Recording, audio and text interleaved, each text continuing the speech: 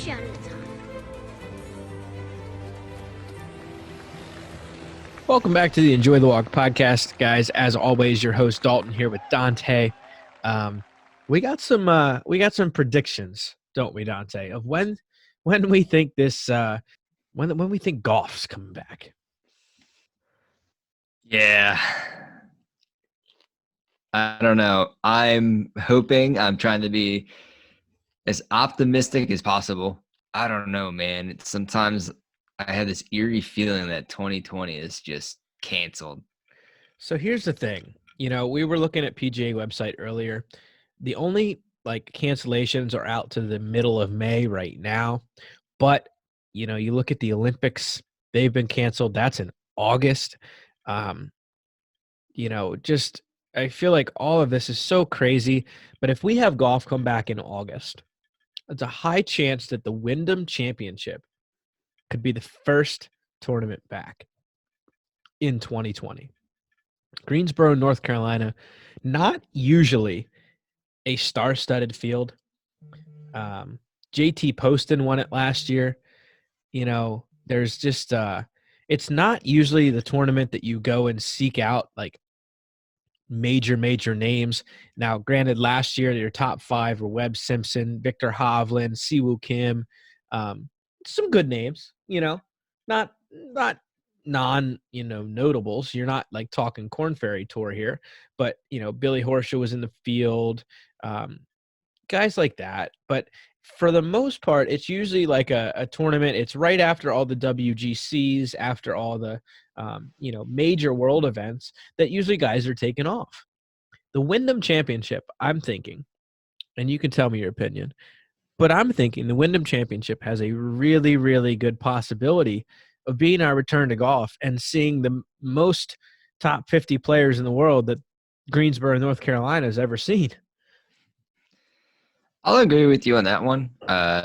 A part of me also says just cancel the season, and if you can, just have all four majors in one month, just back to back to back, and just grind it out, and just kind of have that end all be all 2020, player of the year-esque or whatever based off of that, and just go from there.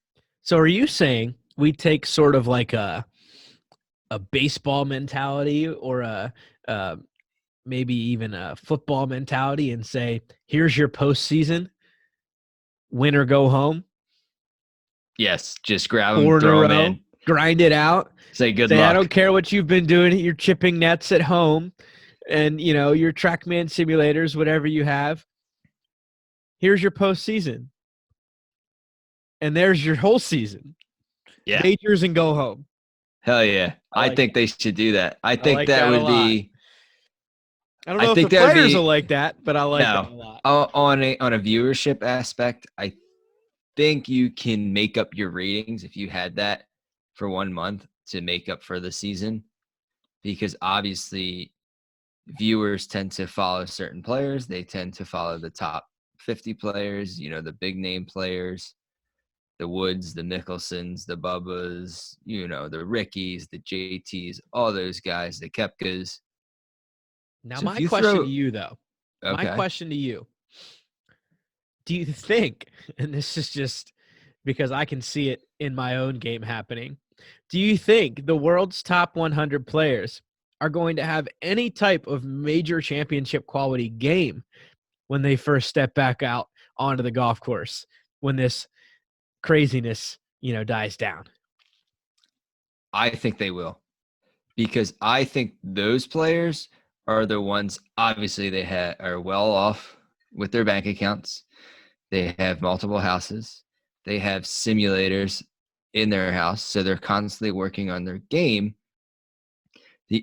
And it depends on what they're doing, because I wouldn't be surprised if some are secretly or sneaking on the courses to be able to play, even though certain states are shutting down. I mean, Phil Mickelson rolls up and says, "Hey, I need to work on short game." Are you going to say no? No, I also heard too. Shout out to the guys over at Barstool and their foreplay pod. They talked to Matt Fitzpatrick today, and Matt Fitzpatrick kind of alluded to There being golfers only communities, that are may or may not be abiding by all of these shutdown laws. And what's funny? A lot of professional golfers happen to live in these golfers only communities, and man, it's weird.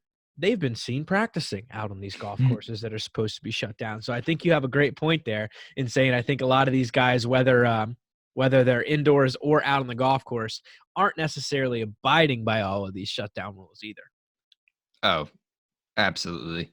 There's no doubt in my mind that they're somehow beating around the bush per se to get out there, and they're playing a couple holes or whatnot. But these guys are so technically sound with their swings that if they're on a simulator, they're looking at numbers. They're looking at spin rates. They're just looking at the data on how to limit dispersion and see how can I optimize my swing and my potential the best. So that's no problem. That's what they're doing on indoors.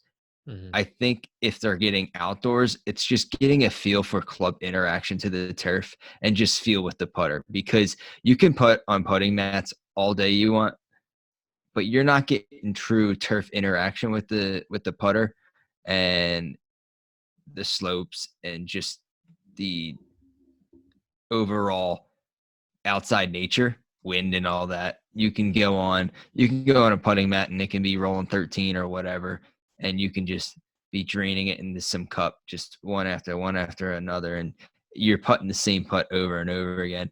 I think what these guys are doing is they're getting their feel around the greens with wedges and putter, because now you're playing different slopes, you're playing different terrains, you're playing different grass grains, and when you're on the putting green, you're getting different looks at different slopes. You can putt 4-footers, you can putt 40-footers. So I think that's what they're doing. They're so good at this point that, again, when they're back on the simulator, it's just swing mechanics and numbers.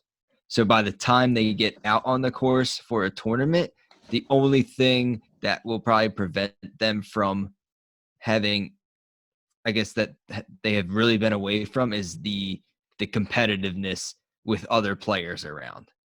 I completely agree. And a little bit of fan, uh, numbers, maybe. I think, and here's my honest opinion. I think from your perspective, I think you're right in a way. I don't think we'll see fans in 2020. I think we'll have fanless majors in 2020, if we have majors at all. I don't think there will be fans allowed back onto the golf course in 2020. It doesn't make sense for any sporting event, but I especially, the stadiums and stuff like that. But I think even golf, I don't think we'll see fans in 2020. And it's not even that. My question is, so say, you go through these next couple months and you get things lifted and you're quote unquote back to normal.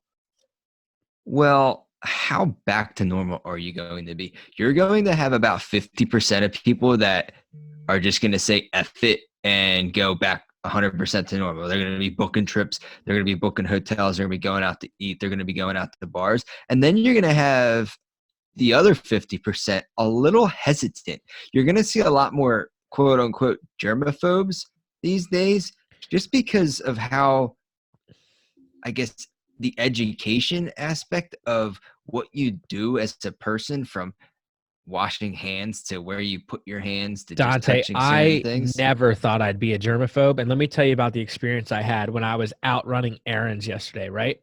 You never think about how many times you swipe your card and put your PIN pad in on the same freaking machine that thousands of other people are running, right? So I go to Home Depot. Home Depot has pretty much self-checkout now. So they have a little clicker that you pick up, scan your stuff, put back down. There was a long line because self-checkout was the only option. I watched 40-some people in front of me, wipe their nose on their sleeve or whatever, and then grab this clicker and scan their wood or scan their paint or whatever and put it right back down. Nobody was wiping it off. That was experience one. Then I go over to Wawa, right, get some gas. Then I realize, well, shit, how many people have touched the nozzle? Dude, this coronavirus has completely, I think, changed the way at least our generation, and hopefully a lot of generations, look at the way we interact with everything around us, dude. Everything thousands of people touch every day that we're all just touching and then just like going about our day is just nuts, man. It's absolutely nuts. I never thought I'd be a germaphobe, but it had me looking at things like grabbing it with sleeves and like reaching at things, like not trying to touch it, but like trying to poke it. Like, dude, I'm looking like a fool out there. But it's because like, man, it's not that it's got me scared, but it's got me realizing like how much we all truly touch that millions of other people touch in a day. It's just nuts. It's awareness. More so the fact it's awareness, it's knowledge, and it's wild. And I've we've talked, and I've texted you guys behind the scenes. There's this game that I played back in 2016, and it's so scary. It's Tom Clancy's The Division, if anybody's ever played it. It is to the T what's going on right now. And the way the game starts, because I sent you the video of how the game starts, it just shows Dude, it was scary. And it takes place in New York. And it's funny how New York just the city just gets a bad rap for any pandemic that goes through, whether it's Marvel Comics or whatever.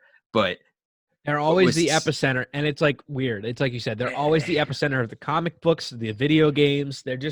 They're always the epicenter. What was crazy is in that video, it shows basically what we're going through now and what happens. I mean, what's it, 2020? This is 4 years ago that people are walking around. You see all these people, and then it starts showing people's hands touching different stuff. They're in the subway, grabbing the handles on the subway. They're putting their hands on, the handles walking down escalator or whatnot. And then they show like all these fingerprints. And even when it shows the cash money, fingerprints and all that. And then it shows basically germs on just grabbing onto these materials, and then it just starts showing people getting sick, and then it's a widespread within the snap of a finger, and it's just crazy. And it just people just need to be mindful, and they need to have self-care, self-awareness, and just it's just mind-boggling. And I don't know, man. It's interesting to see how the next few years play out. I mean, who knows? I could be wrong. We can say 6 months down the road after this is all said and done, people will just totally forget about it, just like something happened in the past. Or we take a new light on how to handle things in the outside world, outside of your own home. Listen, man, if we don't take a new light on it, I think we're stupid.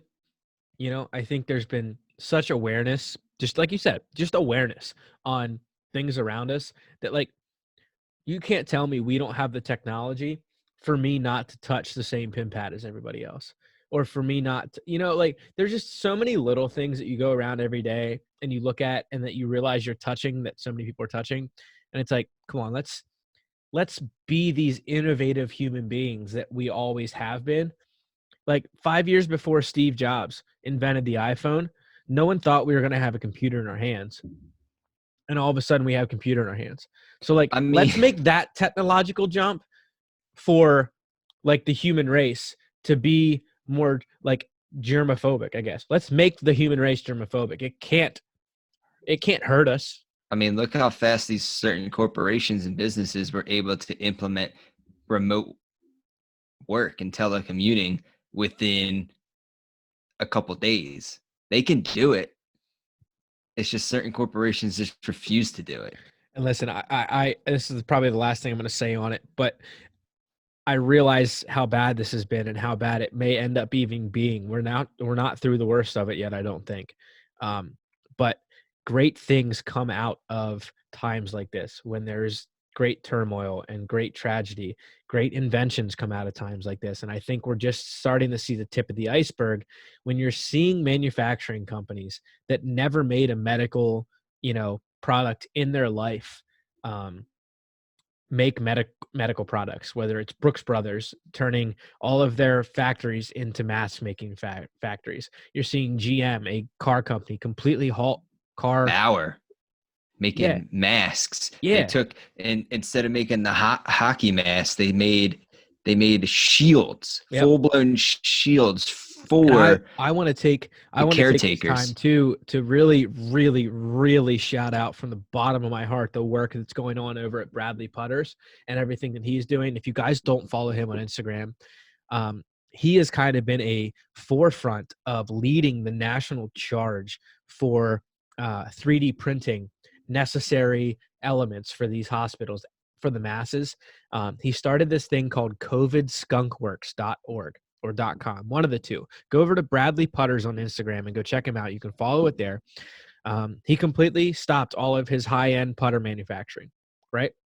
Yeah, he Used stopped his business used and all of, basically I mean, he is said, a small business, guys. One of the largest, most affected people in this crisis right now are small businesses, and he stopped all of his production, was taking in no money, and basically said, I'm going to do everything in my power with the technology that I have for these printers, with my CNC machine, my 3D printers, and the network of people he has in his like kind of, little core of inventors, and said, I'm going to do everything I can to print frames for these masks, to print ventilator attachments so it turns one ventilator into like 10 ventilators. It allows the dispersion of these ventilators to assist 10 people instead of one person. Like, it's insane. And all of a sudden, from 1 week ago till now, he's grown this COVID Skunk Works or whatever he's called it. I mean, he just like spoofed a name out of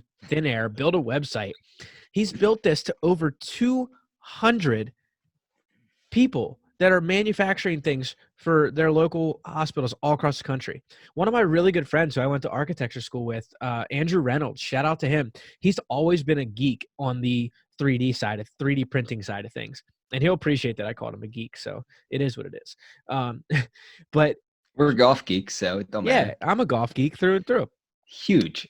So Andrew has like 4 or 5 3D printers now because he's just really been in the 3D printing scene forever. He turned all of his 3D printers on and was telling me the other day he has had 3D printers running in his apartment since the COVID, 19 thing started, and hospitals were asking for 3D printed materials like the ventilator converters and the mask frames and stuff like that. He's been running 3D printers nonstop for 3 weeks straight now. And he's doing everything he can. And he's kind of part of that initiative. I don't know if he's working directly with COVID Skunk Works or whatever, but there are so many people out there turning every last ditch effort to help those in need. And it's coming from the golf industry too, which I think is so freaking cool. Agreed. Couldn't agree more. And to speak of more, I think on COVID, help or I guess fundraising, pretty neat story that kind of came out of the Twitter sphere, I guess you could say, over the last 2 days. Someone needled a little bit at Phil Mickelson, and Phil Mickelson must have, been fireside resting his calves or whatever. Just hanging. Just hanging. And, with the USA cape on or something like that. I don't know. But Mickelson tweeted back at him and said, hey, yeah, I think Tiger and I are working on a match. Well, turns out that they're not the only two working on the match together. Little NFL incorporation, Tom Brady and Peyton Manning are looking to join Tiger Woods and Phil Mickelson. Now, it doesn't say who's partnered with who, but if I had to imagine, just looking at this from a far ways back, 2 GOATs are going to play with each other. So Tom Brady and Peyton Manning might have to fight for that GOAT spot. Who do you think's the GOAT between those two? I guess you can say statistically, Tom Brady. It's got to be Tom, right? Which hurts because I'm a huge Manning fan. And I'm obviously, Birds fan here. And, us Eagles fans like to, boast about the one Eagles Super Bowl. And who do they take down? Tom Brady with a backup quarterback, which will go down in history books. However, you have to give credit where credit is due. I mean, on record and on paper and statistically, he's gotten it done. Yeah, when you got enough rings for 2 hands, I think it might speak for itself. Yeah, you really can't. You can't argue that fact. So I back to that. Mickelson, Woods, Brady, Manning. Confirmed with CNBC later Monday afternoon that it's in the works. The match actually pitching Mickelson and Brady versus Woods and Manning. So I was about to say, because CNBC released that. Brady's better than Manning in golf. Yes. So I've heard. So, and then I guess you can But Eli is actually better than Peyton. Fun fact. really, when I was seeing the highlights, it seemed like Peyton was better than Eli at golf. Peyton plays a little bit more at these huge events since he's been out of the game a little longer. But Eli's a little better than Peyton. Interesting. I'm surprised they didn't get just the Manning brothers. Yeah, right. Why didn't you just get like if I was Eli, I'd be like, what the hell? Like this is horse shit. Well, if it mirrors anything in Eli's career, he's kind of just always been the one that's been overshadowed. The shadow. It'd be interesting to see because obviously you could say Tiger Woods is the GOAT of golf, and it's always has that battle with Phil Mickelson. So do you think an even matchup would be Manning and Tiger with Phil and Brady? I think an even matchup is having these guys play their own ball, a little better ball action. And I think if Vegas does it correctly, I think they do some side betting. I think, I think they have a Tiger versus Phil match going on. I think they have a Brady versus Manning match going on. And then I think they have a team match going on. I think at the end of the day, if they have 3 leaderboards kind of going on at the same time, I think that makes for the best TV because then you have 3 matches within one match. And then you got a lot of shit talking. And then if one player's kind of out of a hole, he's not technically out of the hole. Say like he might be out of his own match, but he's not out of the team match. So it keeps everybody playing as well. That's how we do it in the Gap team matches, which unfortunately is canceled, which is I think everybody out of Gap, which if the viewers don't know or the listeners, is Golf Association of Philadelphia, and that's in my area, and that's who my course is affiliated with overall, and that's where I can get into all the tournaments. So they have this thing, it was team match. It's sponsored by BMW. It's team matches, and it's courses play against courses within like your district and area, and that's the same thing. It's 12-man teams, but you have 6 and 6 home and away, and you play a different course. And when you go up against an individual match, and then you have a team match, so you have 3 matches going on, and it's cool to see because when you get to green, sometimes you can be out of it, or you can tell, hey, to the guy you're playing against, you're good within our match, but I'm still telling you got to put that out for the team match. Yep. And I think that's the best way to do it. And that makes, like, just thinking on a large scale, makes great TV. I mean, that's must watch. You don't want to see Tiger Woods hit 2 in the trees and just tell him pick up. Yeah. You know? And you have to stretch, and it's tough too because you have to stay on top of everybody, not necessarily your own match. And as you're sitting there, you're walking down fairways and you're sitting there thinking, oh shit, all right, we're up, whatever. I'm even with my guy. My partner's this. So you're strategizing as you're trying to focus playing playing your round. And what also sucks at the same time is you're trying to stay focused just on your individual game. It can get pretty mental out there. Yeah. So no, I think it's great. Phil and Tiger, both of their camps, I guess not them personally, but both their camps said something would be in the works. And if it does happen, it would be all going towards coronavirus relief. So I think it's pretty cool.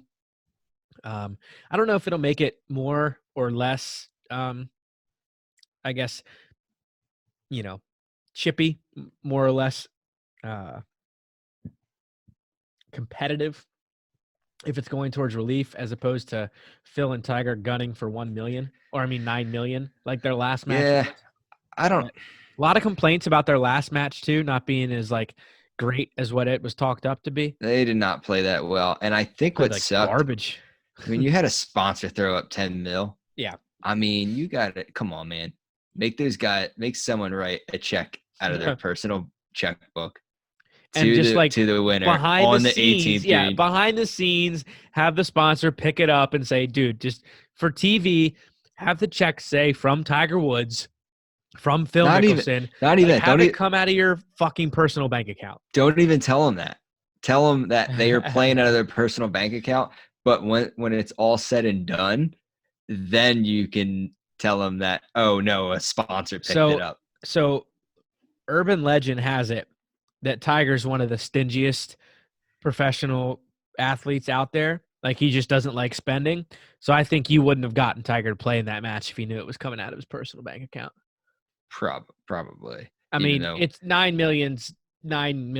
Well, it is what it I is with Tiger Woods, mean, but that's a you know what lot I'm of saying? money. He's stingy. Yeah. I'm just saying he's stingy. I But mean, you know, billionaire to making $1, 9 million is 9 million. That's a lot. It's a lot of zeros right means a there. lot more to me and you than it does to him. I can guarantee you that. Yeah, for sure. Hey, don't get me wrong. I would love to see 9 million in my bank account. Ain't no doubt. Now, last thing I want to talk about this. They're talking about, kind of who they want on the broadcast. And they're talking about Charles Barkley again, and they're talking about some other NFL, NBA broadcasters. First couple guys that come to mind, obviously, maybe, uh, NBA, obviously Charles Barkley, NFL, maybe Troy Aikman, Romo, uh, Romo, Tony Romo, maybe that's also a good possibility. Um, what are some commentators you'd like to see maybe come out of the woodworks? Would you like to see Jim Nance make a cameo appearance just because the Masters isn't going on right now, or like who would you like to see kind of commentate in this match? Joe Buck to piss everybody off. I hate you. You're a son of a bitch. Who else?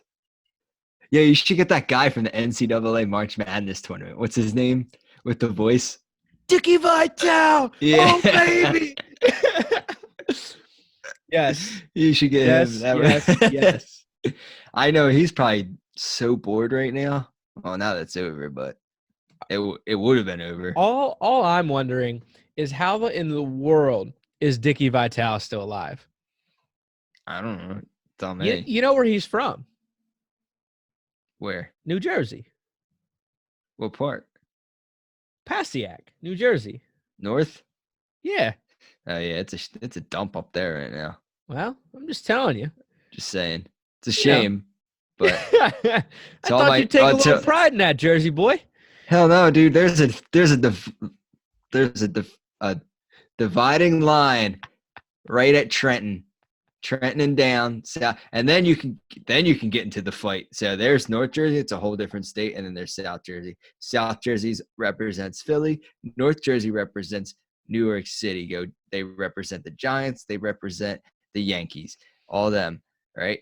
And then if you really want to get into the nitty gritty, then there's a fight between then Central saying like, hey, there's Central Jersey. And then some people are like, yeah, there's a Central. And other people are like, shut the hell up. There is no Central Jersey. It's just North and South. Completely one state, completely two different states though. Unbelievable.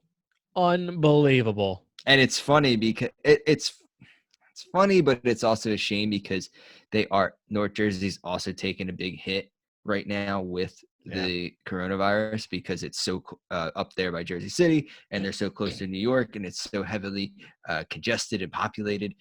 And then, the governor obviously shuts down the state of New Jersey, which shuts down the entire state of New Jersey. And then where I'm at, which is about 30 minutes, 25, 30 minutes south of Philly, just like southeast of Philly. I mean, I live in a pretty rural area, so there's really not much around me. I mean, and then if you go a little bit more south to my course, I mean, you're talking sticks of, you're talking country, man. And it's wild because when people think Jersey, they think Jersey Shore, Seaside Heights, close to the city, or like New York City. It's like, nah, not at all. I mean, I live there's towns where you can drive maybe a couple minutes down the road to the next house, and then you get all pissed off in New Jersey for being so congested and then shutting down the state. But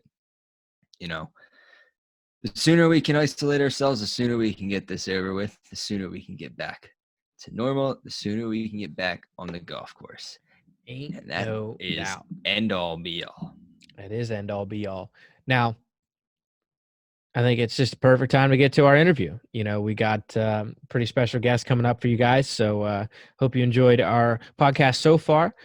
If you have, please go give us a rating and a review on iTunes. It means the world and really helps us kind of just keep growing our brand. We appreciate all you guys who are loyal listeners. And it's just all we can ask of you is just, go give us a like, go give us a review, go give us a rating.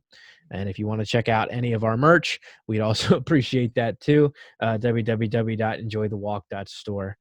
Pretty sweet initiative we've got going on there with some golf industry in Maryland and New Jersey. We're trying to give back everything we can. So all proceeds from the Golf is Life or the game of golf, t-shirts, stickers, hats, whatever you decide to purchase there, anything with that logo on it, 100% of the proceeds go back to those affected in the golf industry by coronavirus and that have happened with all the shutdowns. So we appreciate the support we've gotten so far. We've really, really had a great response to it, but we want to do everything we can to keep giving back. And so we're going to run that Golf is Life t-shirt and, initiative until this is all over. So appreciate each and every one of you for tuning in, for listening, and for picking up that merchandise. So without further ado, we'll get right in to Trent Feltz.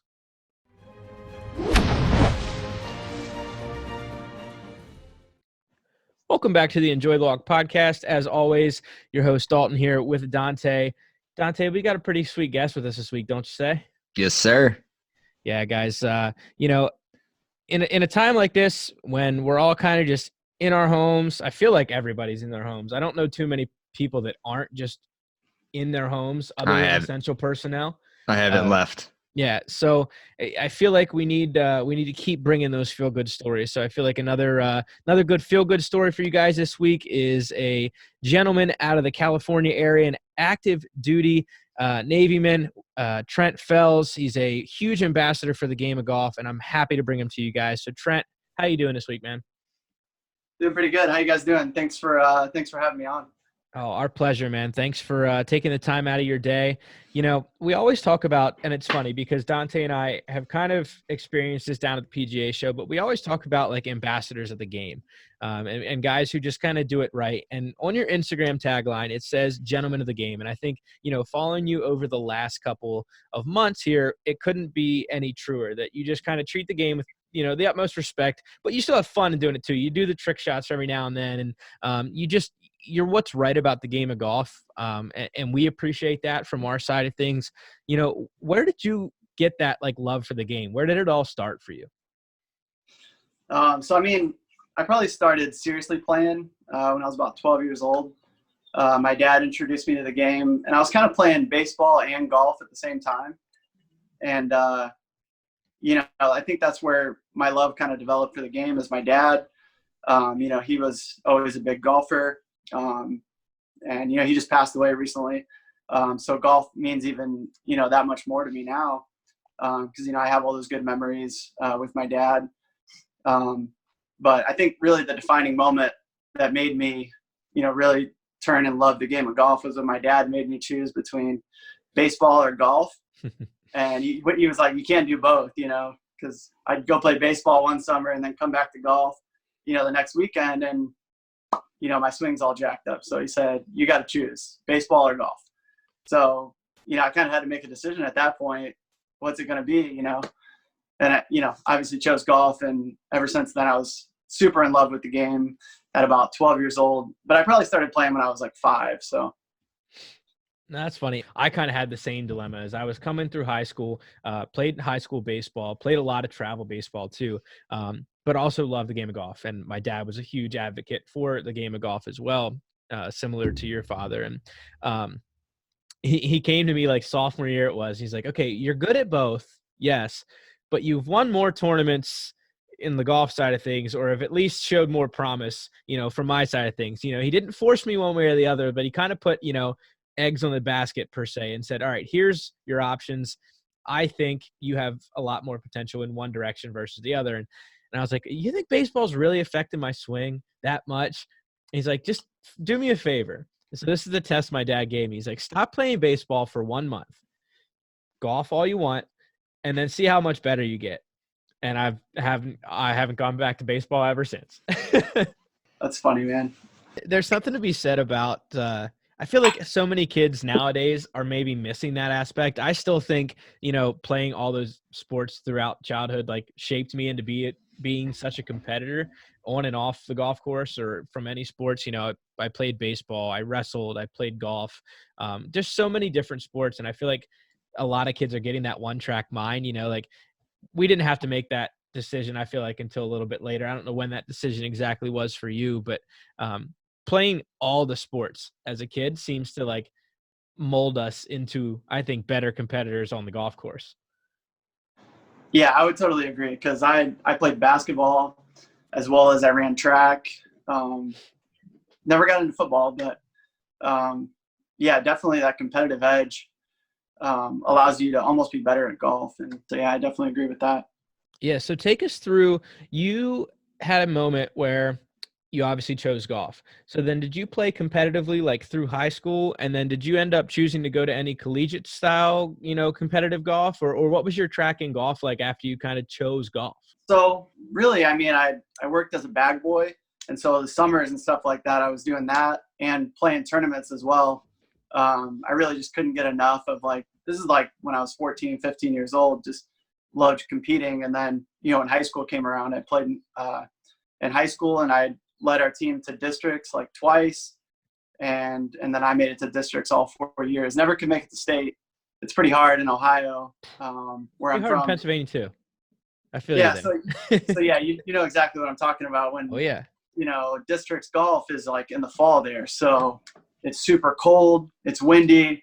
It's like 40 degrees, and you're trying to make it to a state championship, and something in the high 70s will get you there. But, I'd shoot in the low 80s. It's just cold. Ball's not going anywhere.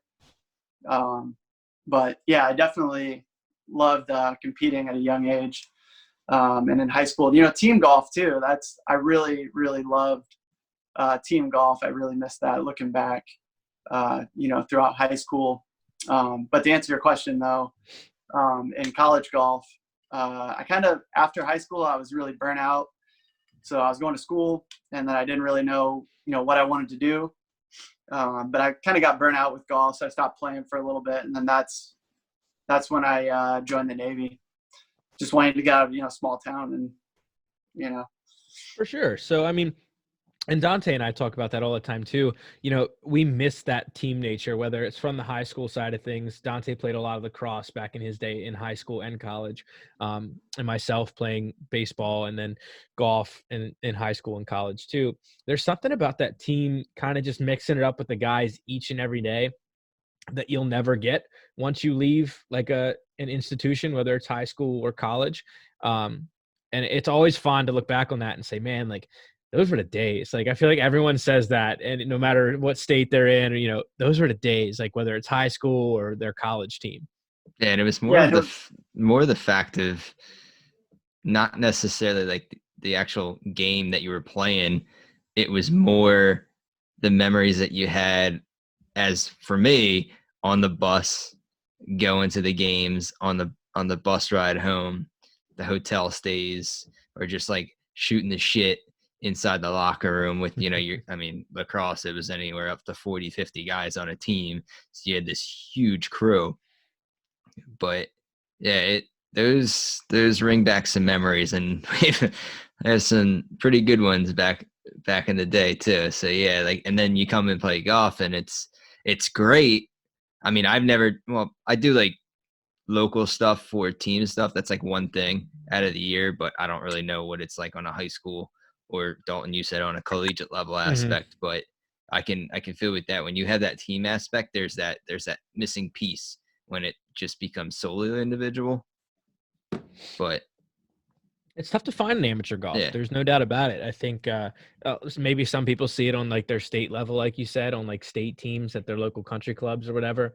But other than that, like how many times do you get to see in amateur golf just some like guys at a country club or local public tracks like getting together at like a level of like 5 or 6 to a team and like playing each other. It just doesn't happen that often.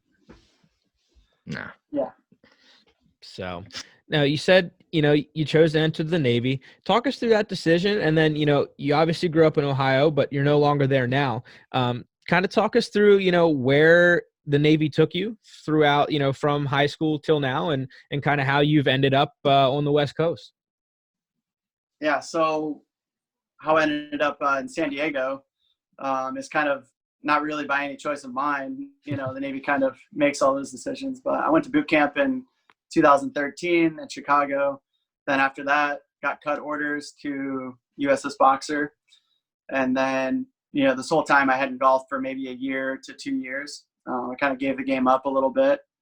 And then throughout the Navy, I gave it up for about the first year. So it had been, 3 years since I had even played golf after getting out to San Diego. Little did I know this is like the golf mecca of the world, But I had no clue of that until I got back from my first deployment.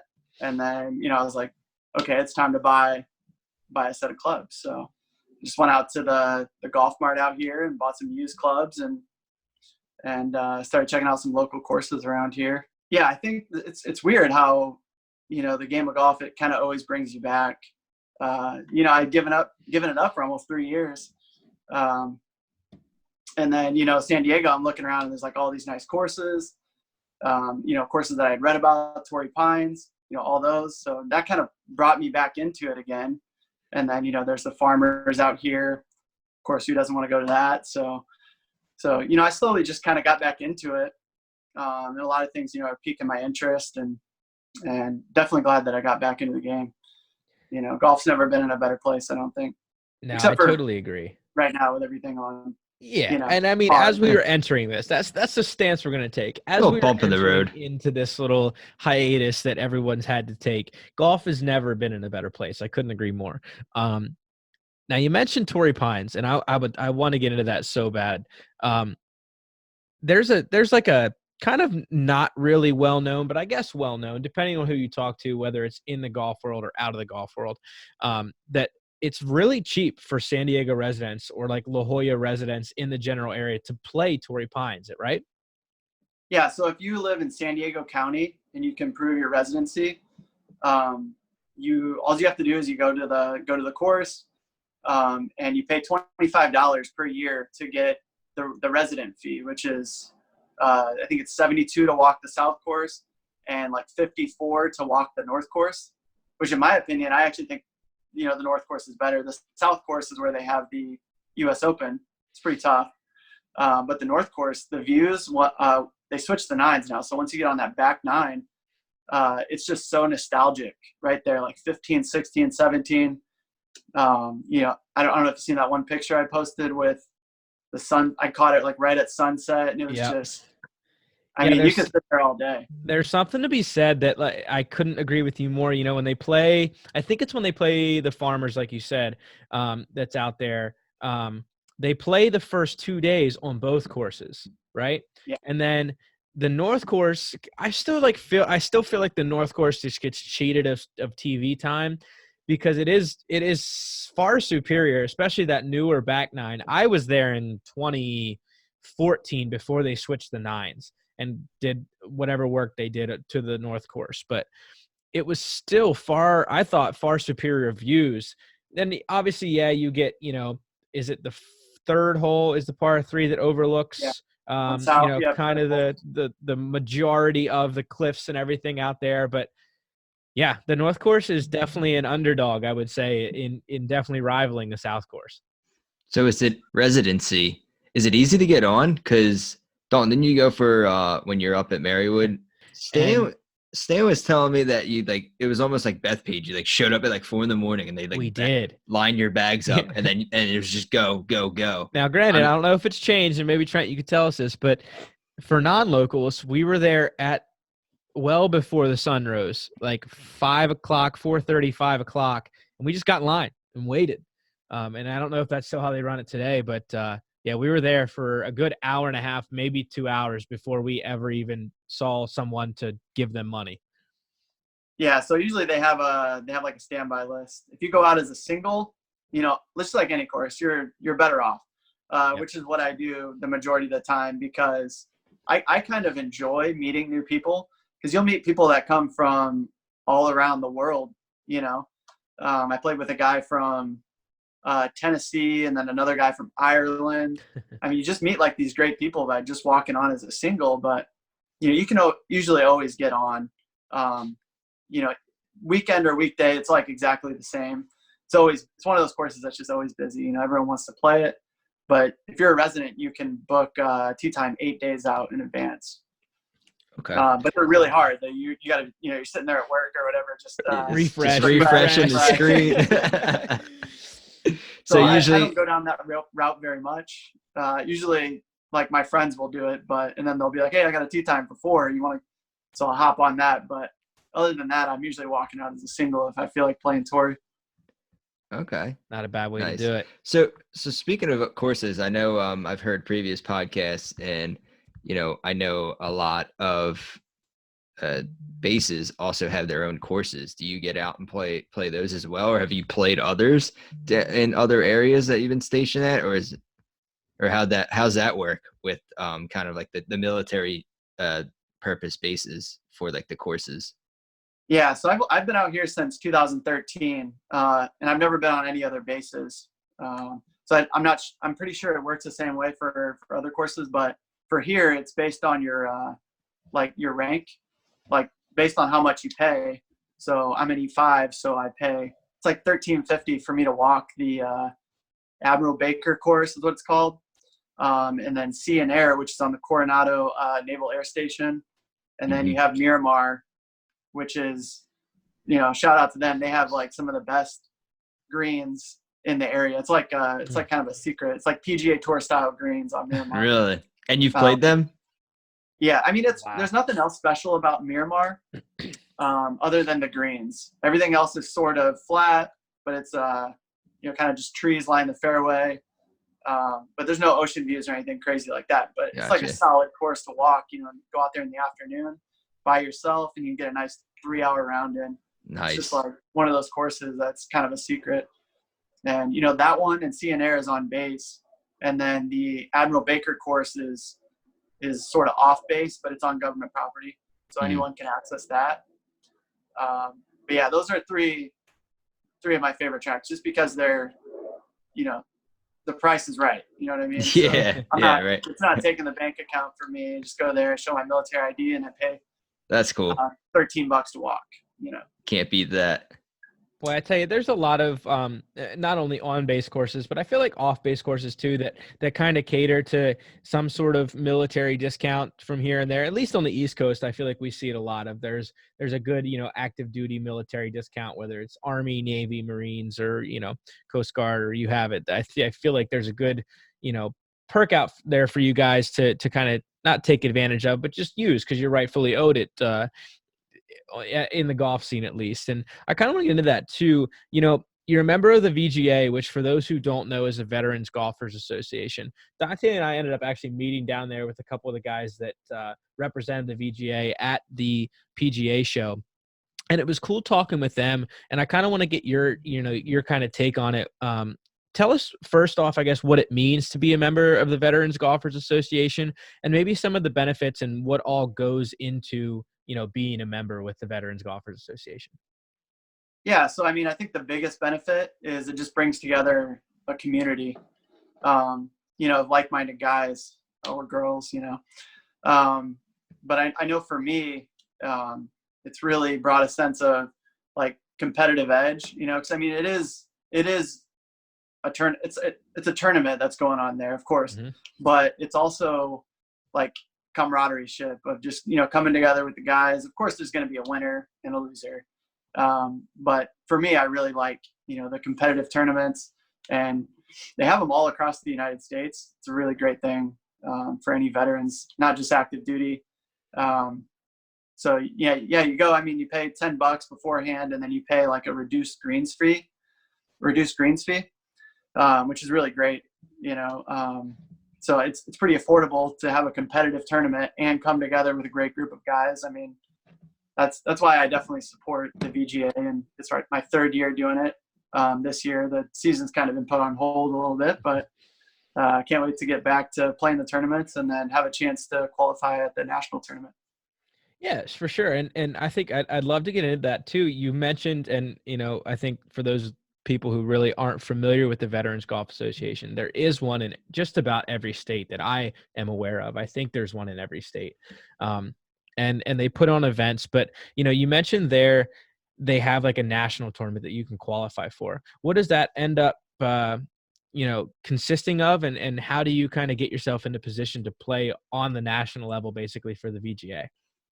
Yeah, so it's all based on points throughout the season. It's like a season-long race. And then based on if you're in like the top, I want to say it's like the top 50% or something, then you get to qualify for they have flights. So based on your handicap, A is 0 through 5, B is 5 to 10, so on and so forth, all the way up to D flight. So really, no matter what you golf, you can have a chance to qualify at the national tournament, which I think is great. It's super fair. You're competing against people that are similar handicap to you. And I've seen it improve, throughout the years. It's gotten better and better and better. So how you do that, you qualify for regional, which I can only speak for last year. Last year it was out at Indian Wells. And then, so I qualified actually on the number. I shot 80 in the A flight. Kind of had one of those off days where I was golfing with my buddy Casey Leonard, and he's seen me kind of crumble the last 3 holes. I had like a double bogey, and then, I bogeyed 18. So I played the last holes 3 over, and bit of a train wreck. But I made it on the number 80. And, we've all had those moments. But and then I ended up qualifying for the super regional. So it's kind of just a series of qualifiers. You do your regional, and then you do your super regional, which was out at True North last year. And they had the course like set up phenomenal for us. You pay a fee for each of the qualifiers. And then after that comes national, which I think it was at Olympic Club last year. Oh, wow. So they're like, or no, actually it was at Greenbrier. In West Virginia. Okay. So, I mean, they're picking like phenomenal courses. And here's the big perk that I left out is that if you qualify for the national, it's all expense paid for. All you have to do is pay for your flight ticket to get there, and then food, room and board, and even clothes and all that stuff is provided for you. And you get like a free bag, a bunch of free VGA swag and stuff like that. So what? So they're taking care of you boys. All right. Yeah. You make it there. Yeah. Yeah. Something it's to definitely one shoot of those for. programs that, I kind of want everyone to know about because, a couple of my buddies, hearing their stories that are veterans, they've been out for a few years. And I'm not going to say any of their names, but, one of them, contemplated committing suicide, and VGA is sort of like his therapy, to get back into the camaraderie of, what he's missing, what was in the military. Because, in the military, everyone's kind of, there for everyone. If you need anything, let me know. Which is, one of the great things about the military and the VGA is that, they allow an avenue for that. So just, a quick little point of view from my perspective on what the VGA can offer, like, veterans. That's definitely a great thing. For sure, man. And there's so much respect in that from, definitely our side, but I think, all of our listeners out there that kind of just, it's been, I think, more on the forefront, but still not getting all the, attention it deserves of these guys that are coming back from doing deployments and just struggling, whether it's mentally or physically or, however they're struggling. Guys are struggling and girls are struggling. Anyone who comes back seems to just never be the same from when they left. And especially in, high combat positions. So anything we can do as just citizens to give back to any organization is great. But, from our perspective on the golf side of things, the VGA is kind of, I feel like, that outlet to be able to give back on the golf scene to these veterans. Yeah, I would totally agree with that. Definitely. If you're a veteran out there looking to get, into golf tournaments and stuff, I'd just highly recommend it, just get involved. For sure. Yeah, definitely. Anyone of our listeners that want to reach out, definitely, I think your state has a local VGA, that runs kind of state organized events. So reach out to them online, Veterans Golf Association, and see how you can and help them to, keep putting on great events for these guys. Yeah, and you can sign up at VGA. Just go to vgagolf.com. And then, you make a username there, a profile and all that stuff. And then it'll tell you all the local listings for tournaments in your area and all that stuff. Awesome. I appreciate that. And, hopefully our listeners will do their due diligence and get out there and do what they can to help out. So now you mentioned what I want to get back into. It's really cool because you mentioned earlier the golf mecca being kind of that San Diego area. And I want to get into that so bad because I took 2 trips out there when I was in college, and I feel like I barely touched the surface of great golf courses out there. But you play Torrey, I would say pretty consistently throughout the year, if that's not mistaken. But then you also play or have played in the past some other amazing courses out there. What's maybe your top 3 out in the Southern California area? I'm going to put you on a spot of courses that you just love to play time and time again. Yeah, definitely top 3. That's a tough one. There's so many, I think Aviara is one of them. They have the Kia Classic out there. That's a little north, maybe Carlsbad area, but still in the SoCal area. And then, man, I gotta go with Admiral Baker. That's my normal one that I play. It's sort of got a lot of character in the greens. The greens are really big, and the par 5s are super gettable. So that's always something fun in a course that I like to see is gettable par 5s. And then their par 3s kind of make up for it where they're a little longer. You probably see me posting a lot about Admiral Baker. So, and then that third one, let's see. Someone's got to get cut. It's kind of tough, huh? Yeah, maybe San Diego Country Club, and I've only played it 3 times, but that's one of the nicer private courses out here. I've attended a few like veteran give back stuff that they've done out here, and the course is always like immaculate.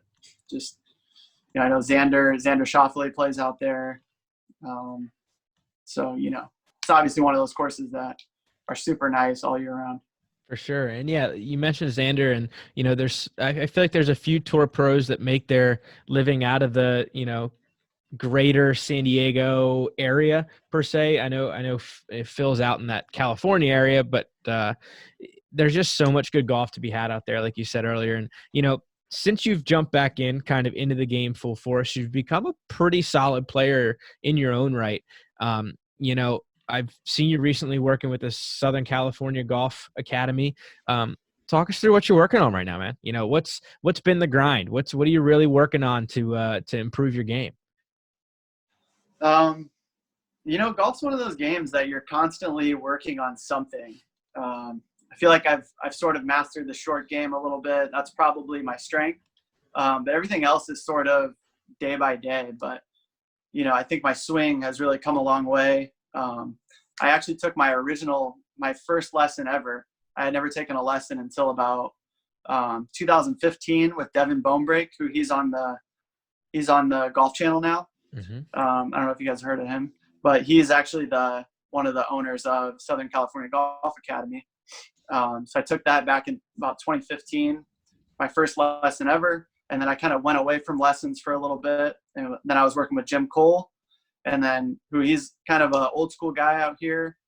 He works at Mission Bay golf course, and he teaches lessons out of there. And I was actually getting lessons from him for about 2 years. But I think what made me want to take lessons was just to be more consistent. I think as amateur golfers, we're always looking for that consistency. And then last August, 2019, I hooked up with Mike Maggs, who he's running the Southern California Golf Academy now since Devin Bonebreak's at Rolling Hills up in LA. He's the head pro there. So ever since I've hooked up with Mike, he's been able to sort of give me the tools to succeed a little bit more. And I think my swing is a lot more, I don't want to say on plane, but it's a lot more consistent in terms of I'm not swaying back, I'm turning a little more. So, that's kind of the more detailed stuff, but a lot of swing training aids they use is the plane mate. I mean, he has them all there at the Southern California Golf Academy, but the plane mate really got me on track, because with that thing, I don't know if it got voted the number one training aid at the PGA show. I'm sure Yeah, it was in a beautiful glass case with beautiful bright lights as you walked in. Is the number one modeled piece for the for the 2020 PGA show. It was pretty cool. Yeah, it definitely set my game on track, because with that thing you have to turn. If you sway, I mean, the rope kind of lags on the way down and you just feel it. So the feedback is like initial. So as soon as Mike kind of hooked me up with that, and then, he's showing me little drills I can do with that. So, I mean, really, Mike doesn't just give you the training aid and like, here you go, figure it out. He's very hands-on. And I think that's what I really like, about his coaching style. He's really hands-on and giving me not only little nuggets during, the lesson of, hey, let's try doing this or that, or how does this feel, but also giving you like drills that you can implement going forward that, are going to help your game, that you can do when you're not always around that coach. And I think that's probably the number one thing amateurs need to look out for when like picking a coach, is like, do you like their coaching style, and are they like really helping you when they're not there? I think that's like, from having 3 coaches now, that's like the number one sign that I think I would go for is, do they really care for your game when you're not around? And so giving you that extra stuff, not every coach is really going to do that. Yeah, that's so true, because we talked about it last week when we had Tiffany Nichols on, and we talked about her kind of coaching experience in the past. And one of the things she kind of just jumped on right immediately was a very similar aspect of, like, what am I doing on the course away from them when I can't have a conversation with them? How is that relaying to my golf game? And like, how consistent is it truly making me? I think at the end of the day, it's what we're all looking for, especially on the amateur side of things. Let's not make that 8. Let's not make that like complete explosion where the round ruiner in one hole. Let's just make some pars, maybe a bogey here or there, but let's be consistent. And it's a struggle as an amateur golfer to find that, and especially find that in the coach, because there's so many different coaching styles out there that you really just, I feel like, whether it's going through 3 or 5 or even 10, like it's worth taking the time to look at other coaches if you're not entirely satisfied, because that's one part of the game that if you're spending the money to go out there and spend a couple hours with someone, you would hope that in the long run you'd see pretty good improvements. Yeah, for sure. And they have 3 coaches out there. Jason Hong, who's he's the PGA director out there. And then Connor Johnston, who's another, up and coming superstar coach. But I just kind of already had a friendship with Mike Maggs. We had played golf prior to that. We went out to Rams Hill. And we kind of developed a friendship. And then, he knows my tendencies on the course, which is another thing. Maybe not everyone can have that experience, but that's why it was like an easy decision to go with someone that's, you're spending all that time with them to get better at golf. Why not? So that's kind of why I chose Mike Maggs. No, that's awesome. And comfortability is everything at the end of the day when it comes to finding a golf coach, because you want to be able to just shoot the shit with them on what problems you're having, and, have them, like you said, kind of be hands-on. I'm a very visual learner too. So when it comes to figuring out the golf swing, I want them to be hands-on. And this is just a personal perspective. Maybe other people differ, but I want them to have that kind of, putting me in the right places, and like, all right, yes, the training aid's there for a certain reason, but why are my hands needing to be here? Like, why is the training aid putting my hands to be there? What is it going to affect on the way down? And for the YouTube viewers, you're going to get to see me reenact a nice little half backswing there. Sorry, podcast listeners, but it just there's something to be said about having those hands that are like, all right, well, even though the training aid's putting you here, like, your hand should still be just slightly in one direction or the other to get you in the proper position to have you making the correct downswing. And I think that's where a hands-on, coach really comes in clutch in those situations. Yeah, and with the PlaneMate, we actually started out with a lot of like half swings, really like stop and goes, just would work on the backswing for a little bit, making sure that chest is like turning. And I mean, so he does it like step by step. And I think that's, another thing that I like about him is it isn't just, oh, here you go, straight to the end result. It's really a process. And actually that's what they named their whole process is the process. So it's kind of just going through the little steps that are going to eventually get you where you want to be, which is playing consistent golf. I know I'm ready. Yeah, what's Dante, that? How's the process affect your Philly fanhood over there? Oh, they love the process. It's all about the process. Is it TTP? Trust the process. Nah, but going on the PlaneMate, I have one, and it's crazy how once you take it to that backswing, like that band just pulls your hand right to where the slot needs to be, and all you have to do is just turn. Yeah, it's a very effective tool, and I actually got it. I got it on pre-sale or like pre-release as he was releasing the product, and I got like all the bands and whatnot, and it was cool when I got it. I got emails. I have it stored away, but there's maybe about 10 or 11 emails that give you a process again on how to effectively utilize the tool from start to finish. And it eventually works from different bands and different swings. So you kind of start out a little bit small with like little half swings, and then you build your way up just to get a feel for the tool and what it's really utilized it to be for what you need for your swing. And then next thing you know, I mean, you're just butter at that point. Yeah, because when you take it off, what I've noticed when you take it off is that's when the real magic happens. Like you don't really realize it, but you take it off. It feels a little weird at first, of course. You've been, restricted a little bit. And then when you take it off and after you take a few swings and you get back to used to normal and you're just like peering it, it's going dead straight. You're keeping that thing that I feel, you're keeping the face square to the target for longer because it's keeping you just right down the plane of where you're trying to swing at, which is. And I've also noted, no free ads, but go grab a PlaneMate.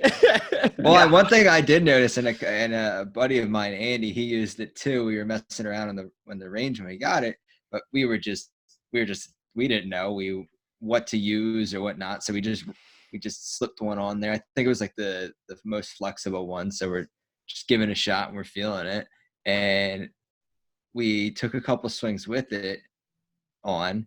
And then we took a couple of swings immediately right after, and your hands want to like fall back into that spot as well. It's that drastic and that responsive of a training aid, even when you take maybe 2 or 3 swings. That's what I got out of it. Yeah, it's one of those products for sure. Yeah. A little free advertisement, but yeah. Yeah. Yeah, they got us on that one. No doubt about it. Now we mentioned earlier, how you've been just an awesome ambassador of the game, and I would love to get into that side of things too.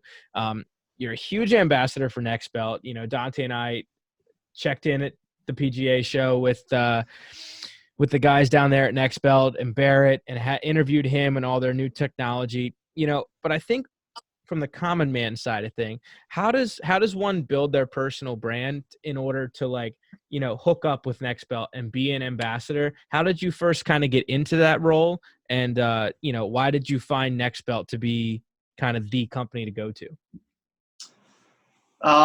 So I think it was kind of both. They didn't really go to me. I didn't really go to them, even though Barrett might say that I went to them, but how it started really was my Instagram was really small. I think I had like 180 followers.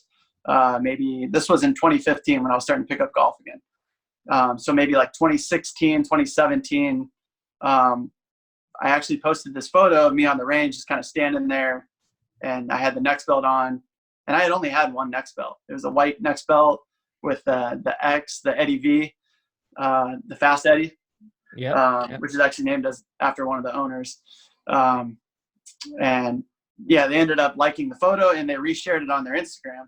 And then Tom, at the time, I didn't know, they have 3 owners for Next Belt. So Tom at the time, who does their social media marketing and all that stuff, reached out to me and said, contact their office. We'd like to do something.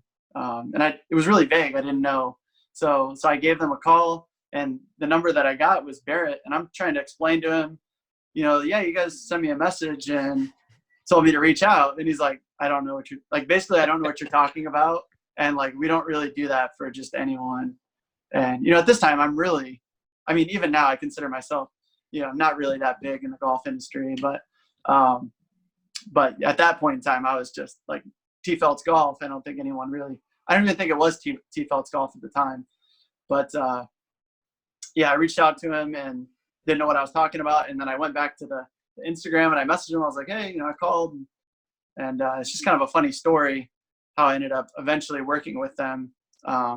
It took a little bit extra on my part. They got me a few more belts, and then I just kind of started having fun with it, doing trick shots with Next Belt and other cool things. But their belts are they're phenomenal. If you haven't tried them, definitely go check their belts out. Yeah, I picked one up off a whim. This might have been 2 years ago now, playing in a member guest, and we ended up winning like 3rd place, whatever. So we only got enough money to maybe buy like a couple gloves or whatever. And then I saw these Next Belt like display sitting in the corner. I was like, oh, this is pretty cool. I was like, what's the deal with these? I had never really I guess I heard of them, but I really didn't know what they were. And then all of a sudden, like I pop it open and I'm like, wait a minute. It's not like a belt. This is something cooler than a belt. And, tried it on, put it on, and the guy's like, yeah, man, those are the next big thing in golf. I'm like, all right. And then I had one, so I picked it up there. Then all of a sudden I'm like on their website, man, I need more. 2, 3, and then I picked up a 4th one down at the PGA show this year. That was dangerous because we were going. Dalton and I are huge gear junkies, so and we're going down to one of the golf Mecca convention centers, and there's just obviously the entire industry takes a couple of days off and goes down to Orlando, and we were just joking with each other how much money we're going to end up spending when we were down there. And fortunate we were going to see who cracked first, and it was Dalton over there at the Next Belt booth. It was me, but only on the last day. Yeah. So we got through like a day and a half of neither of us spending so much money. Thank God we had interviews and everything set up. So it kind of kept us so busy that we had no choice. But yeah, we got to the Next Belt 10 on Friday, and we're just talking with the guys and like, oh, if you go around the corner, we have all of the new stuff. I was like, pull my arm. Come on.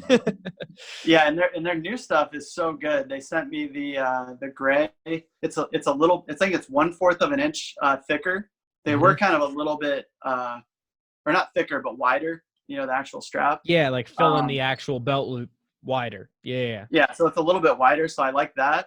But the only problem is now all of my belt buckles don't fit for those belts, right? So, I'm just gonna have to ask for more belts. That's it. That's all you got to do. You got to just give them a little nudge again, a little couple, 2 or 3 nudges, and let them know, hey, now that you got the new style, I need some new buckles to go with it. Yeah, definitely. If you guys want any discount, T Feltz 20. Or T Feltz 21, I'm sorry, to get a discount. It's a discount code at checkout for Next Belt. If you guys want to check that out, I'm always down to save some people some money.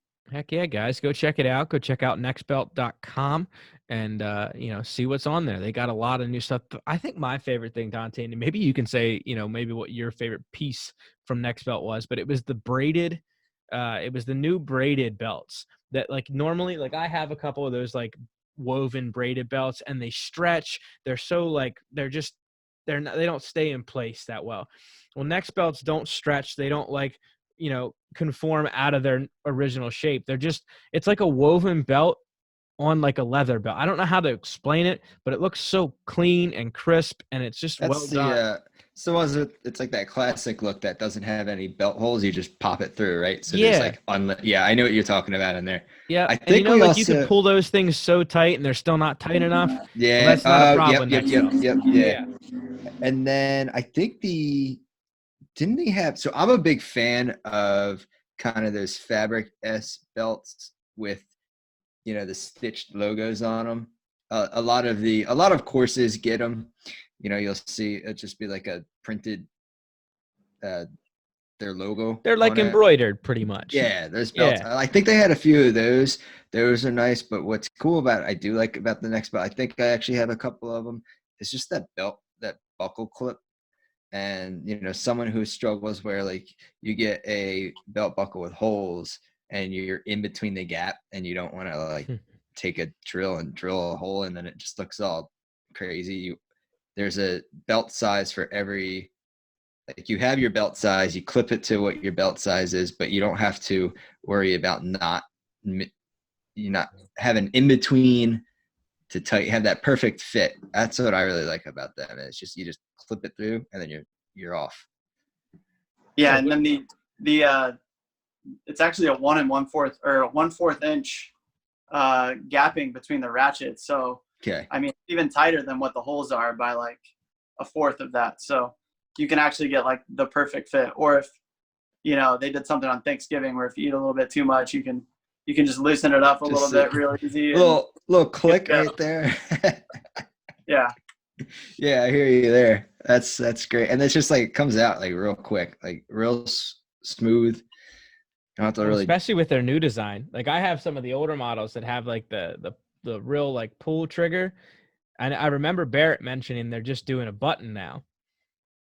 Or Yeah. maybe So I they're haven't premiering a actually button. seen those are super new. So you got some really classified info there in that video that actually I don't think it's ever even been talked about. I knew that the ratchet was going to be a little bit tighter, but the button clip one, I think they're creating a lot more like buckles and stuff like that. So when I seen that video, actually, I had no clue about this. And I can't wait to get up there at their facility in Rancho Cucamonga and check those out for sure. So breaking news from Enjoy the Walk podcast on Next Belt technology. If you guys haven't seen it, go back to our IGTV videos. We did an awesome interview from, as we said, Barrett from Next Belt. Some breaking news in there. Go check it out. Yeah. Awesome, man. Well, now, so that's so cool that I love to see how social media plays in a part in just like developing relationships. It's kind of everything we do here, in building our brand, and to see the big brands kind of in the golf industry taking the same approach of kind of just reaching out via social media and making those connections. It's really cool. I think it's an awesome time in not only golf, but in like the whole world of just being able to make those connections via social media. But I think it's put golf in such an amazing place because those big brands are able to reach out to guys like you and guys like, just your everyday golfer and say, oh, you wear our product every day. If we sent you another belt or two, would you rep it even harder? And 99% of the people are going to be like, hell yeah. Like, yes, I'm going to rep your brand if you, give me a little, push here or there. But it's just cool to see, sometimes you think of the big brands and they keep to themselves and the tour players only. So it's cool to see, like, when you hear Next Belt nowadays, it's like, oh, everyone knows what Next Belt is, I feel like, especially in the golf industry. So it's cool to see they're reaching out, or at least were reaching out back in the day. And I hope they still are till this day, to like kind of just the common man and making those connections. Cause that's really where the golf industry is like thriving the most right now, is just the common man golfer. Yeah, for sure. And I think actually Next Belt is still sort of a smaller company, having been to their facility, even though they're kind of a big name. Whereas if you go in the golf shops, they can customize your logo, like for your golf club or your golf course, and they sort of put that on a buckle, and who doesn't want that? And then they don't even know that it's actually Next Belt. So that's kind of the unfortunate thing with Next Belt, is there's a lot of copycats and a lot of things, a lot of different companies, which is going to happen really with anything. But I still think their quality and stuff like that is just sort of a notch above. the For rest. sure. No, I totally agree. And it was really neat to see them get rights to like some of the Ryder Cup stuff in the next year. And, hopefully it happens. I'd love, love to see the Ryder Cup be played out. I think that's always a spectacle in the game, but they've definitely done a great job in getting themselves as a company into some big name, productions and big name events. So, all the best to them at Next Belt, and hopefully, we can see them in some events, not only on the professional side of things, but on our amateur side of things. I just want to be back to golf as soon as possible. Hey, don't we all? But no, that's awesome, man. So take us through. You've played a little, I guess you could say. You still work full time with the Navy, but you've played a little, competitively and whatnot in the last couple years. What are some of your, biggest tournaments you've played in? And then, you've also been able and had the privilege to play at courses like PGA West and stuff like that. And just maybe take us through some of the competitive rounds you've played lately and, what that's looked like on kind of just building your game. Yeah, definitely. I really love, the competitive edge. So that's why I kind of play in tournaments now. It's just, that fire we all get. I'm sure it's pretty similar for a lot of the listeners and you guys as well. Playing in competitive golf, it's just something about it. We want to win, of course, but then again, it's great to be out there with the guys. Probably the best tournaments I've been able to play in, and a few of them I've won, is the Billy Hurley. I got invited out to his event last year out in Maryland, actually, the Annapolis. Mm-hmm. What was that called? The Naval Academy course out there. I got invited. I was one of 18 to get invited out there, and there's a whole bunch of sponsors, and it's for the Billy Hurley Foundation.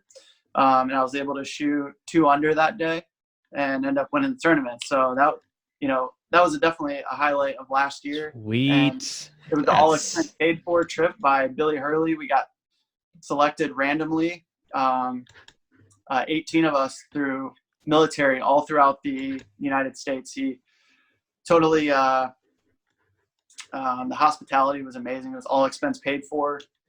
Put us up in a hotel in Maryland, or in downtown Annapolis, actually. Which is beautiful. So I only live about like an hour and 25 minutes from Annapolis, down on the Eastern Shore here in Maryland. And a lot of the work trips that I make are usually up into the Annapolis area. And what a beautiful town to be put up in for a whole weekend. So you played, you said the United States Naval Academy Golf Club? That's what it was, where the Academy plays at. It's just an amazing course, and I've never played it. It's pure. I'm looking at it at Google Maps right now. I mean, it's sick. Yeah, I think I rated it like 4.6 or something like that in my course ratings that I do. So it was definitely one of those events, and I had never played the course. Luckily, I got paired with 3 PGA professionals, so we won the team event as well. You had like a team score as well, and then I had to play my ball the entire time. So it was just one of those events that's just amazing. A lot of free swag. And then the day before, it took us to a nationals game. Everything paid for. You could say Billy Hurley definitely spoiled us, and I'm super appreciative of everything he does for the game of golf and the Navy as well. Now, it's really cool, and I wish Isaiah, who's our third member of this podcast, was here to talk about it. But he's played actually a handful of rounds with Billy Hurley in competition play in the U.S. Open qualifiers. He's gotten to sectionals of Isaiah has gotten to sectionals of the U.S. Open here a good many times, and it's funny, 3 out of the 4 times that he's gotten to sectionals, I believe, he's played with Billy Hurley.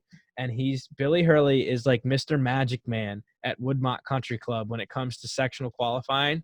He'll shoot the smoothest 62 or 63 you've ever seen in your life in this sectional qualifying, where everyone else is just struggling out of their minds to get into this, to this U.S. Open. And it just there's something about Billy being, maybe the Magic Man of Maryland and just having a little hometown advantage, but he's a hell of a player in his own right. And I've gotten to watch him. I've walked along with Isaiah in a couple of his rounds, and to see, he's very quiet in competition play. He kind of keeps to his own and does his own thing and just gets the job done at the end of the day. but he's a hell of a golfer, and it's awesome to hear that he's able to give back to, kind of where he's come from too. I'm pretty sure a lot of people in the golf community know, but he also served in the Navy.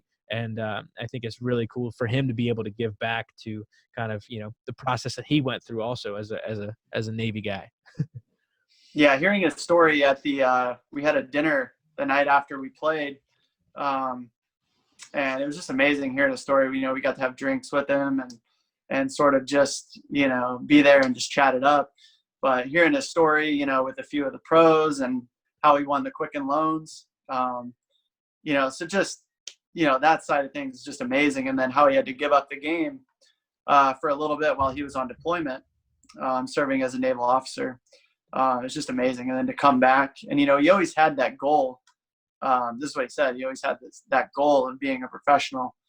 So even through all of that, going on deployments and stuff like that, he never really gave up the dream of becoming a pro. It was just amazing. And then hearing the story about his dad, man, it's a crazy one. I don't know if you guys know about the story about his dad. Oh, for sure. And I think, that's one that deserves to be on its own, and we'll definitely, just encourage people to go look up his story, because it's one of just absolute perseverance, I think, at the end of the day, and just one that kind of truly speaks to, yes, you got to have the talent. Yes, you got to have a little bit of background in knowing what you're doing. But it kind of goes back to just like, if you want it bad enough, you can make it happen, because there were circumstances constantly thrown in his life that were just always kind of battling the end goal of where he wanted to be. And it's definitely hearing his story and kind of just seeing him succeed at the levels he has is truly aspirational. Yeah, definitely. Definitely one of those pros I look up to for sure. But yeah, sorry to get off on a little bit of a tangent there. No worries, man. That's why we talk. That's why we have a podcast. Yeah, what we like to hear. That's one of the tournaments last year though that I really, it was a tournament that I got selected for on complete luck, I guess, if you want to call it that. But one that I'm glad that I was able to be a part of. And then a few others that I've done recently. I actually last year as well. A lot of tournaments this year I haven't really kicked into tournament mode yet, even though there has been a few. But another one is the Palm Springs Golf Championship out at PGA West. It's a great event that my buddy Eric Hoskinson puts on. Does it every year. It's actually only in its second year right now, but it's something that he definitely wants to get, on a pretty big scale. And I think it has the ability to, now that you can receive amateur points. I don't know exactly what they're called, but you know what I'm talking about, how you can receive amateur points. Yeah, like world amateur golf rankings. Yep. And it's a tournament where you play, it's 2 days of championship golf where you play Nicklaus and then Stadium. It's right before the American Express. It used to be the Desert Classic out there, and 2 days of just like pure golf, and they have the tent set up and everything. So that's one that's definitely on my radar every year.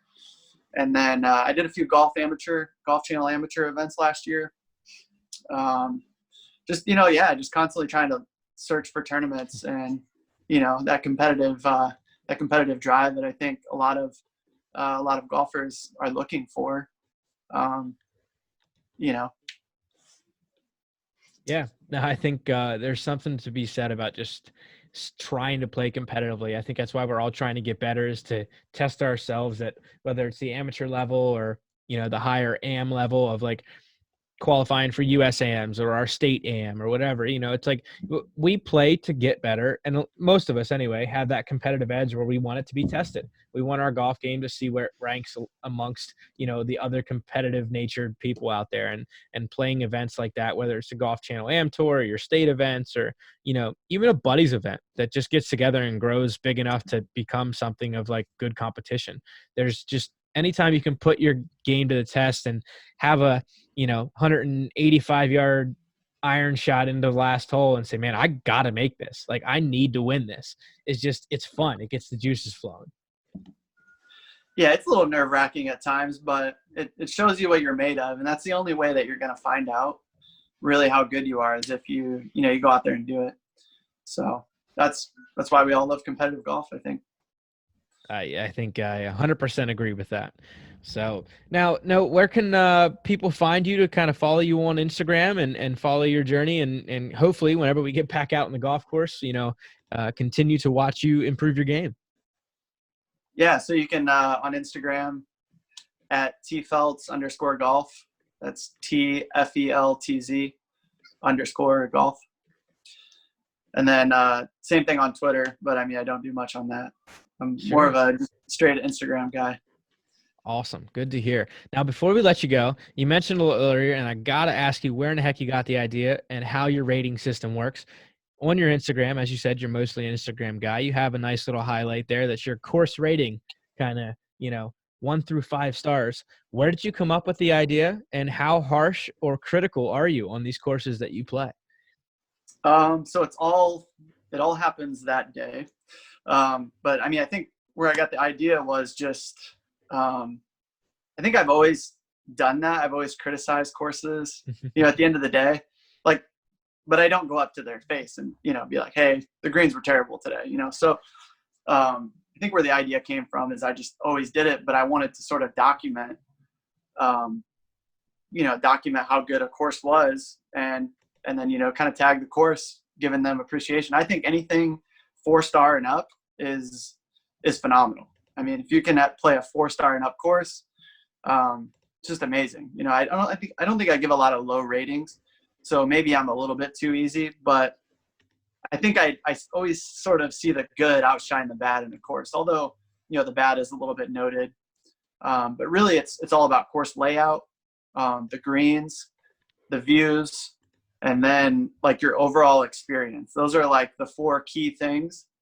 Because I think those 4 key things, as long as those things are good, you're going to have a great round, unless, you go out there and don't play very good. But I don't really judge it on that. It's based on the course, not how I play.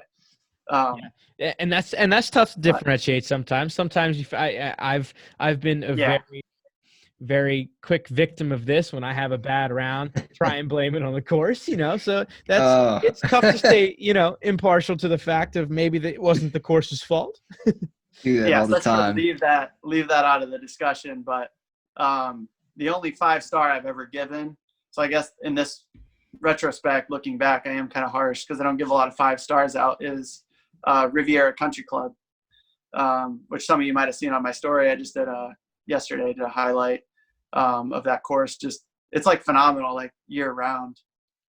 It's one of those private courses that, not a lot of us can get on. So maybe that impaired my judgment a little bit, but the course was 5-star all the way. That's awesome. And there's a reason, I think tour pros even call it one of their favorite stops of the year when they get to play there. So a lot of good, reviews behind you in giving that a 5.0, I believe. Yeah, definitely.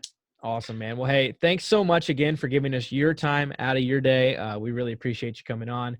Had an awesome time with the chat, and really hope to, once all of this settles down and, we can travel again, I hope to get out to the West Coast and join you for some couple rounds of golf. Yeah, that'd be awesome. I heard, trip of Rams Hills maybe on the balance of things. There's a high possibility. Yeah, we'll stay tuned for that. That's it. Yeah, definitely thank you guys for having me on. I'm honestly honored. I'm a loyal listener of Enjoy the Walk podcast, and you guys always bring on like really cool people. So I don't know if I'm up to that level. But we brought you on, so I think you're on. You're in. Yeah, it's definitely definitely. It's an honor to be on and just chatting with you guys, and I can't wait to get around to golfing. Think we would have a really good time. For sure, man. We're definitely looking forward to it. And, before we let you go, thank you for your service, and keep doing what needs to be done to keep us safe here at home. So thanks, man. Really appreciate it. Yeah, definitely. Have a good one, guys. Awesome. Take care.